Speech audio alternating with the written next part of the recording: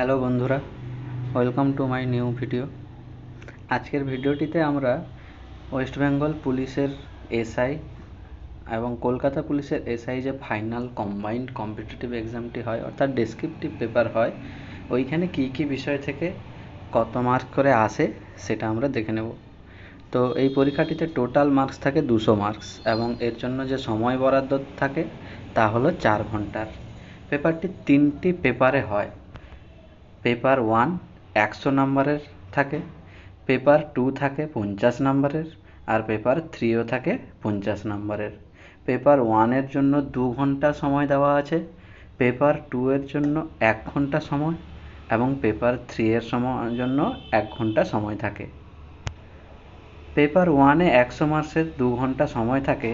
এখানে প্রশ্ন যে সমস্ত বিষয় থেকে আসছে সেগুলো হচ্ছে general studies, logical and analytical reasoning এবং অ্যারিথমেটিক। জেনারেল স্টাডিজ থেকে থাকে 50 মার্কসের 2 নাম্বার, 3 নাম্বার এবং 4 নাম্বারের প্রশ্ন থাকে এখানে। এবং লজিক্যাল অ্যান্ড অ্যানালাইটিক্যাল রিজনিং থাকে 25 নাম্বারের।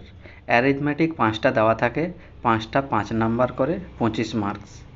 এইখানে মনে রাখতে হবে যে অ্যারিথমেটিকে 5টাই দেওয়া থাকে, সেখান থেকে 5টাই করতে হবে, কোনো অপশান থাকে না এখানে। এবারে আসছি paper 2-এ।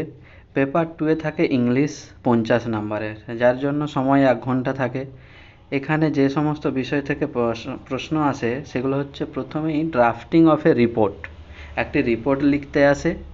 Translation from Bengali to English, Bangla থেকে ইংরেজিতে ট্রান্সলেট করতে আসে।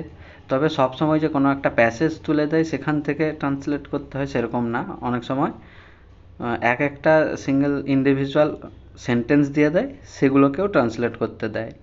আর আসে সামারি বা প্রেসি রাইটিং করতে, এবং সর্বশেষ যেগুলো আসে গ্রামারের কিছু পোর্শন থেকে, কারেক্ট ইউজ অফ ওয়ার্ডস থেকে আসে, কারেকশান অফ সেন্টেন্সেস থেকে আসে, ইউজ অফ কমন ফ্রেজেস থেকে আসে এবং সিনো অ্যান্টোনিমস, এইগুলো আসে। এবারে আসছি পেপার 3-তে। আচ্ছা, পেপার 2, এবারে আসছে পেপার 3-তে। এখানে আসে বাংলা থেকে প্রশ্ন আসে 50 নাম্বারের। একটা থাকে রিপোর্ট ড্রাফট করতে থাকে, এবং থাকে ইংলিশ থেকে বাংলায় ট্রান্সলেট করতে। এইটা 20 নাম্বারেরই আপাতত যতবার হয়েছে পরীক্ষা 20 নাম্বারেরই ট্রান্সলেশনটি এসছে। তো সেইভাবে তোমরা প্রিপারেশান নিবে। অল দ্য বেস্ট সবাইকে। আগামী WBPSI রেজাল্ট আশা করি কিছুদিনের মধ্যে বেরিয়ে যাবে। সবাই যেন সেখানে পাস করতে পারো, ভালো করে মাঠ প্র্যাকটিস করো এবং তার সঙ্গে সঙ্গে ডেসক্রিপ্টের জন্য প্রিপারেশান নাও।